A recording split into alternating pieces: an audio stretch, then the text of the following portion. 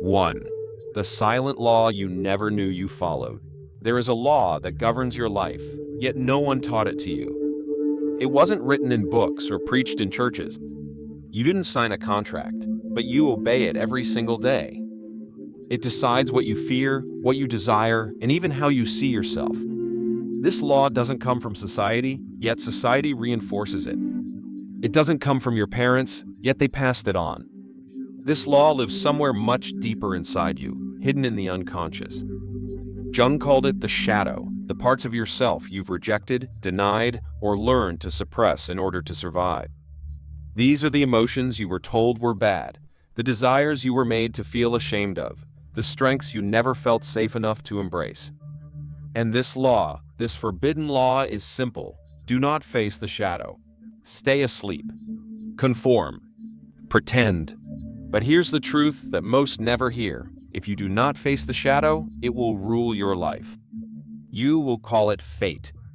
You will call it personality. You will think it's just the way things are. And you will suffer, not knowing that the very things you avoid are the same things that control you. Jung didn't discover the shadow to scare people, he uncovered it to wake them up.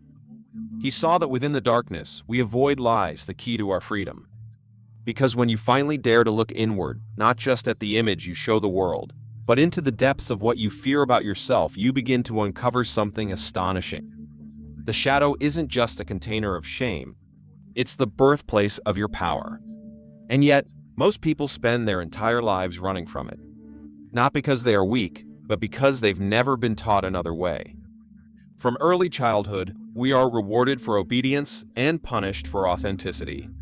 We learn to edit ourselves, to hide anything that threatens the comfort of those around us. Slowly, we become strangers to our own inner world, trapped in identities that were never truly ours. The forbidden law is this: never break the illusion. Never confront what you buried. But those who dare to question, those who begin to see the cracks, soon discover that breaking this law is not destruction, it is rebirth. 2. The mirror of fear, a teacher in disguise. Fear is not the enemy. It is a mirror. Every time you feel it, recoil from it, or suppress it, it is trying to show you something vital about yourself. But most people never learn to see fear for what it truly is. They treat it like a wall, a stop sign, a signal to retreat. And so, they spend years avoiding discomfort, repeating safe patterns, living small lives under the illusion of security. But Jung understood what few dare to realize: fear is a guide. It points directly to the parts of ourselves we refuse to face. Not the external dangers of the world, but the internal truths buried in silence.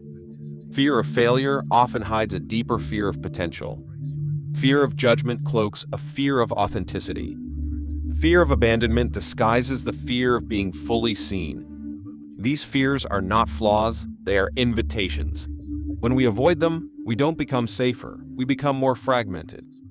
We disconnect from the parts of ourselves that hold power, creativity, truth.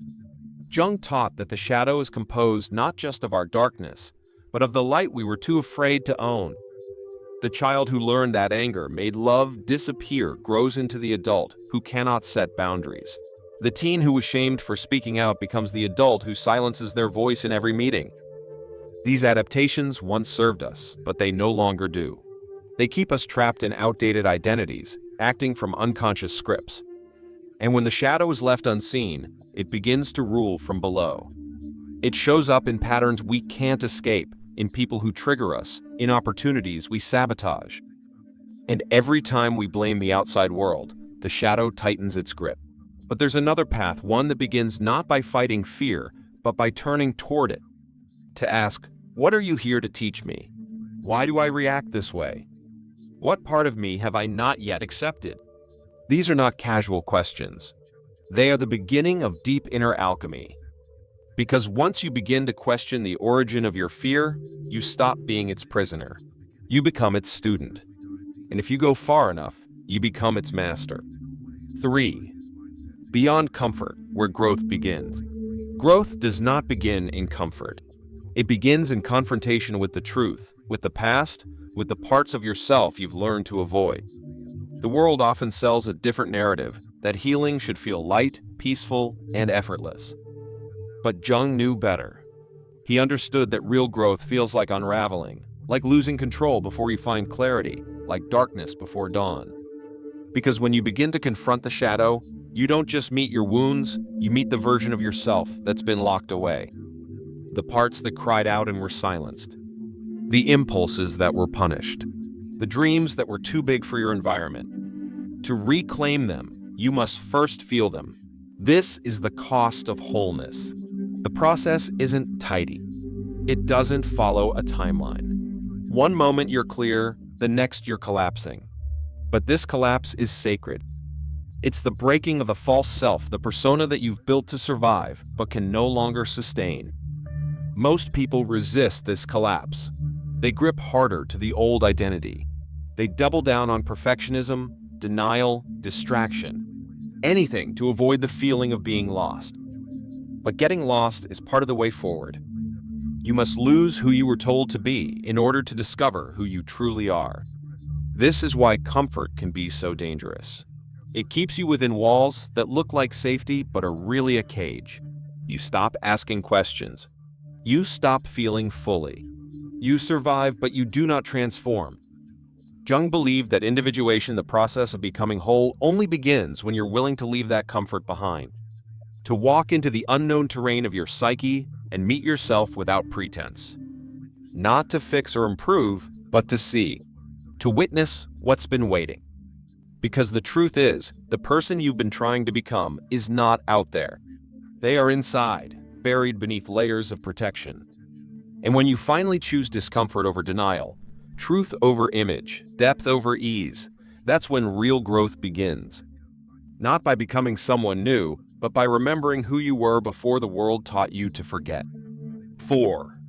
The power of others. You are not alone in this. The journey inward often feels solitary. You are digging through memories no one remembers but you, facing truths no one else sees, questioning beliefs the world never taught you to doubt. And yet, what if this path, though walked alone, was never meant to be lonely? Jung believed that while individuation is a personal journey, it awakens a deeper connection to humanity.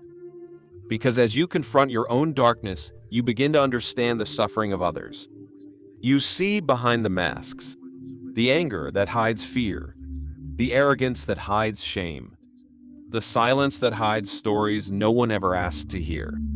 This is the quiet gift of shadow work. It cultivates compassion, not pity, not superiority. Compassion rooted in recognition. I have been there too. And suddenly, the people who once triggered you become mirrors. The emotions you once judged become familiar. You realize that everyone, in some way, is carrying a shadow they were never taught to hold. And this changes how you move through the world. You stop needing to be right all the time. You stop taking everything personally. You start listening, not just to respond, but to feel.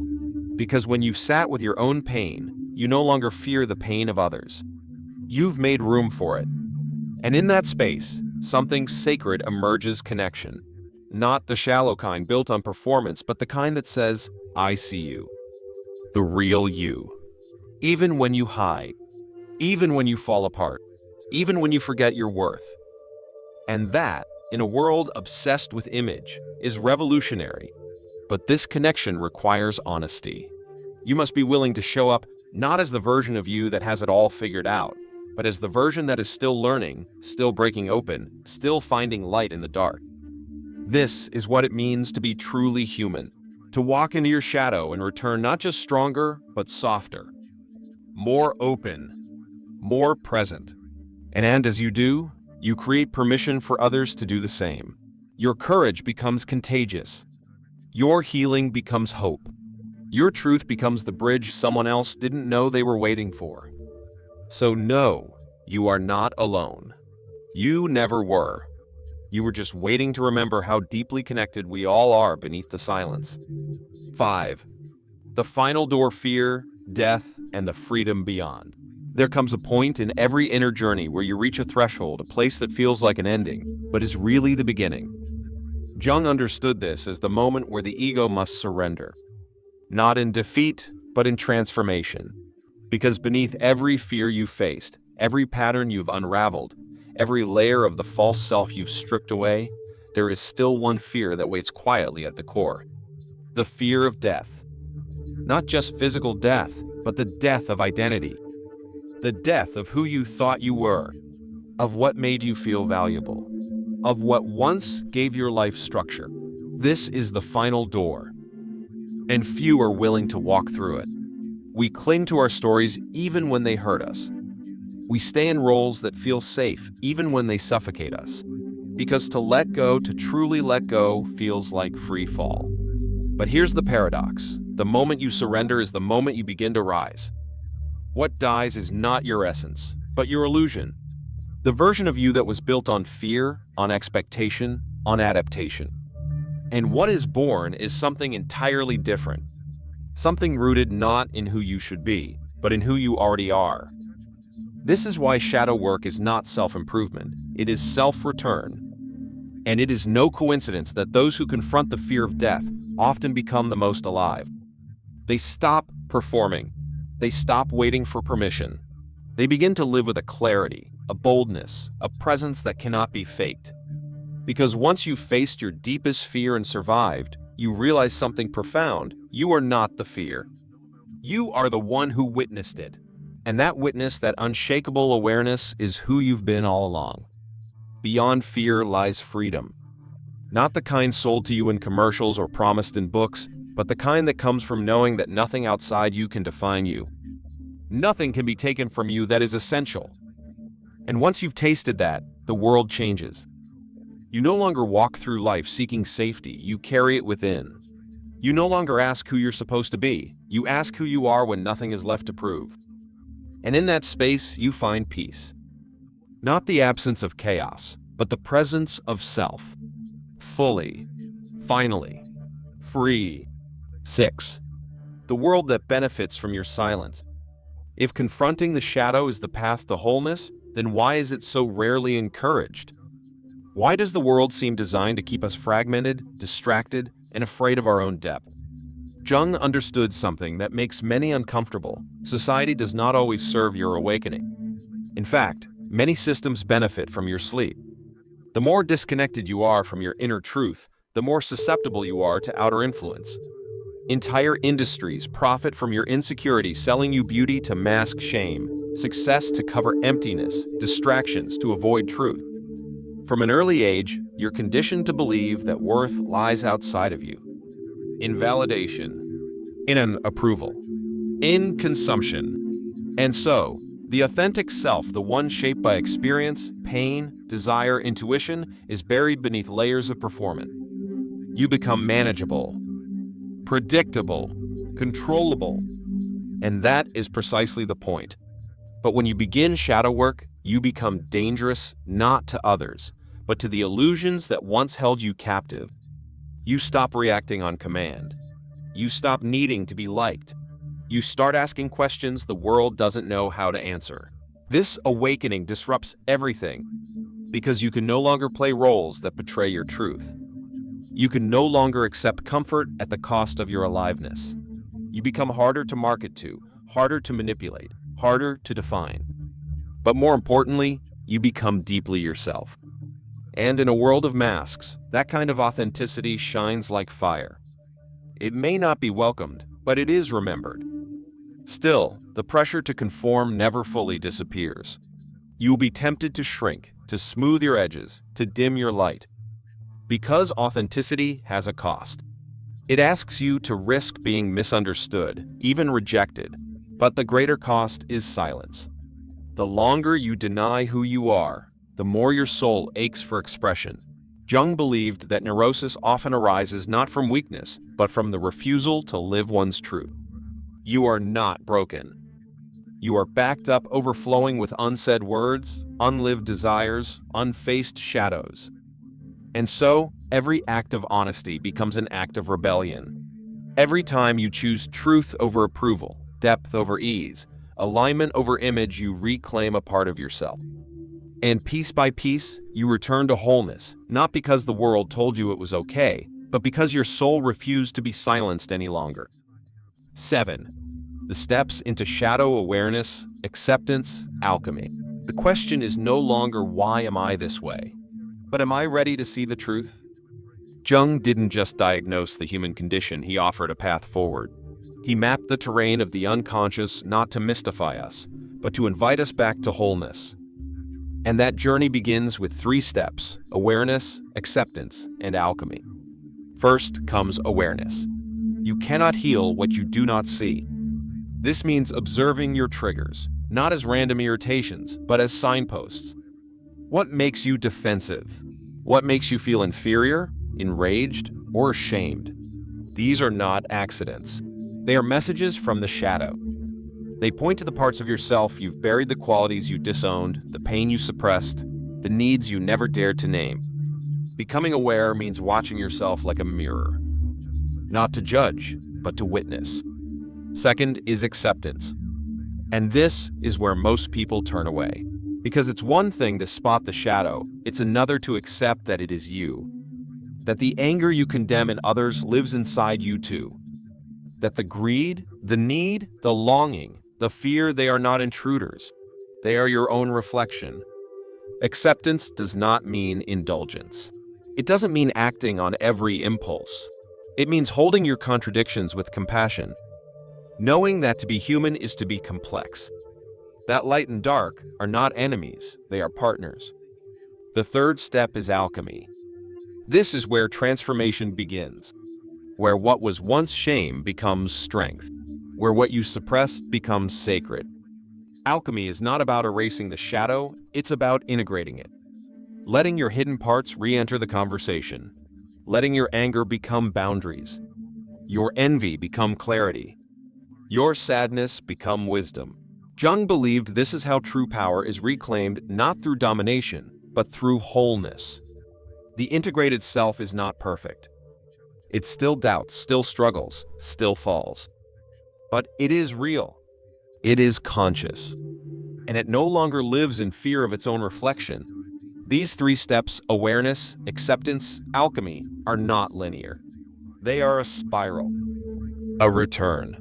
You will cycle through them again and again, each time meeting yourself more fully. And with each turn, the shadow loses its grip. Not because it disappears, but because it no longer hides. 8. The symbol that haunts you. Symbols appear in your life more often than you think. They show up in dreams, in patterns, in the faces of people who trigger you, in the stories you tell yourself without knowing you're telling them. Jung saw symbols not as abstract metaphors, but as the language of the unconscious. And within that language, the shadow has a voice. When you have recurring dreams of being chased, trapped, or lost, that is your shadow calling. When you keep meeting the same kind of person, the one who wounds, abandons, belittles, that too is a message. The world becomes a mirror, reflecting what you haven't yet faced. This is how the shadow speaks when ignored, symbolically, indirectly, hauntingly. Because it cannot communicate in language, it speaks in imagery, in emotion, in energy. You don't just see your shadow. You feel it. You live it. In your disappointments. In the way you react when no one's watching. In the part of you that feels like a stranger inside your own skin. But here's what most people don't realize. Symbols don't just reveal your wounds. They also point to your hidden gifts. The lion that chases you in dreams may represent the strength you refuse to own. The critic in your head may be the voice of ambition you misheard as shame. The chaos in your life may not be punishment. It may be your soul begging you to wake up. Jung taught that every symbol contains both danger and potential. The danger lies in unconsciousness, in continuing to miss the message, in blaming the symbol rather than decoding it. But the potential lies in recognition, in asking not why is this happening to me, but what is this trying to show me? When you begin to view life symbolically, you become less reactive and more reflective. You start seeing the patterns not as curses, but as curriculum. You realize that your suffering is not random. It's precise, crafted by the parts of you longing to be seen. And once seen, those parts soften. They begin to trust you, to speak more clearly, to lead you not from fear, but from alignment. This is the turning point, when the symbol that once haunted you becomes the symbol that frees you. 9. The reunion with the self.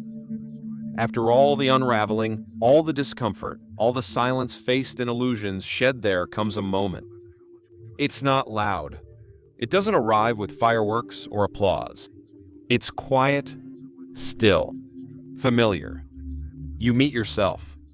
Not the self you constructed to be loved, or the one you rehearsed to be accepted. Not the image, the achiever, the survivor. The real you.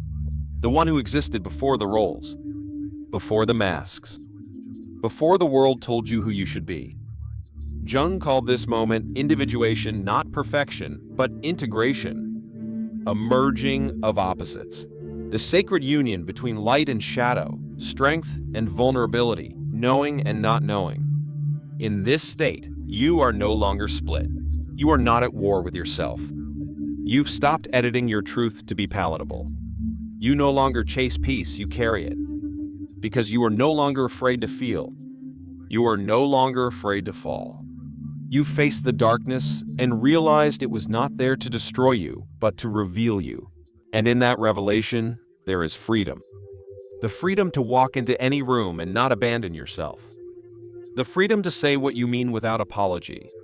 The freedom to create not from compensation, but from truth. This version of you does not perform for love, it embodies it. It does not hustle for worth, it knows it. And the people who resonate with this you, they are drawn to the depth, not the mask. They are not attracted to your polish, but to your presence. This is the quiet reward of shadow work. Not that life becomes perfect, but that you stop betraying yourself to survive it. The storms still come, but you meet them differently. You are not shattered, you are shaped. And every experience, even the painful ones, becomes part of your wholeness. You no longer see life as something to conquer, but something to collaborate with. Something sacred. Something alive. And so are you, finally. 10. The law that awakens everything. Now that you've walked through the depths, looked into the mirror of fear, and sat with the parts of yourself you once tried to outrun, the forbidden law no longer frightens you, it liberates you. Because you see now that it was never truly forbidden. It was only hidden, misunderstood, feared by those who never dared to look inward. The law is simple. What you refuse to face will control you. But what you choose to face will set you free. Jung never promised this path would be easy. He only promised it would be real. And now you know why most never take it. Because once you see the truth, you can't unsee it. You begin to recognize how often people live inside illusions, believing their trauma is their personality, mistaking their survival strategies for identity. You see how the world thrives on this illusion. How it sells numbness as success, silence as politeness, conformity as peace. But you've stepped out of that current. You've tasted something the world cannot offer, the truth of your own being. And now, there is no going back. You won't be able to play roles that cost your soul. You won't be able to pretend that shallowness fulfills you. You won't be able to unknow your power. Because once the unconscious becomes conscious, as Jung said, it no longer directs your life from the shadows. You begin to write your own story. And in that authorship, there is something sacred. You become dangerous to illusion, a mirror for others, a reminder that wholeness is possible. That healing is not becoming someone new, but remembering who you were before the forgetting. So what now? You keep walking, not as someone seeking to fix themselves, but as someone committed to knowing themselves. You continue integrating, not chasing completion, but welcoming evolution. Because awakening is not a destination, it is a devotion, a way of living, a way of seeing, a way of loving deeply, starting with yourself. And if you ever doubt this path, remember, the shadow was never there to break you. It was there to bring you home.